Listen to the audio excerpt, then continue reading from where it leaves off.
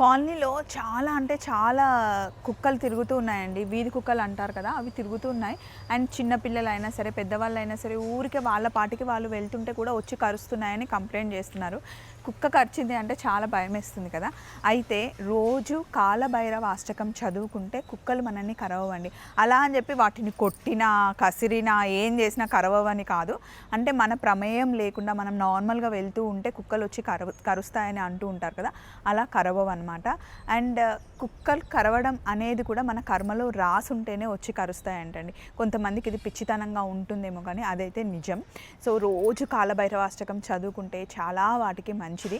మనం చేసిన కర్మల్ని కూడా తొలగిస్తుందని చెప్తారు. అండ్ కాలభైరవాష్టకం వినడానికి, చదవడానికి చాలా బాగుంటుంది. ఒకసారి ట్రై చేయండి. యూట్యూబ్లో అయితే 3 to 3.5 minutes ఉంటుంది. అసలు ఎంత బాగుంటుందంటే ఇంట్లో పెట్టుకున్నా కూడా వైబ్రేషన్ సూపర్ ఉంటుంది. మేము రోజు చదువుతాం అండ్ ఇంట్లో కూడా వినిపిస్తుంటే చెర్రీ బెర్రీ కూడా ఆటోమేటిక్గా పాడుతూ ఉంటారు.